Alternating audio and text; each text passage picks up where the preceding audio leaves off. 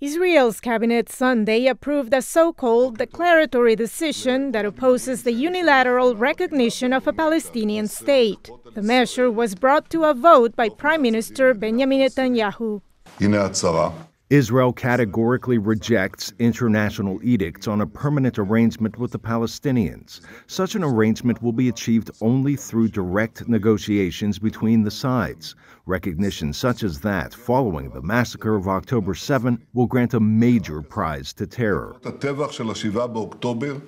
He was referring to last year's terrorist incursion in which Hamas militants killed around 1,200 people and took about 240 people hostage. The Israeli cabinet's vote came a day after U.S. Secretary of State Antony Blinken met with Israeli President Isaac Herzog on the sidelines of the Munich Security Conference.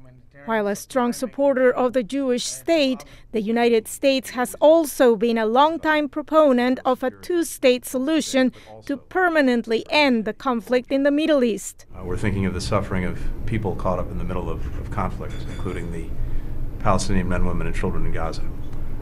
We're thinking as well of the genuine opportunities that lie before us for a better, more secure future for Israelis, Palestinians, and all of our friends in the region. On the ground, Palestinians were seen Sunday inspecting the damage caused by an Israeli strike in Rafah, where the population is gearing up for an Israeli ground offensive. Already more than 28,000 Palestinians have been killed in the war, according to the Hamas-run Gaza Health Ministry.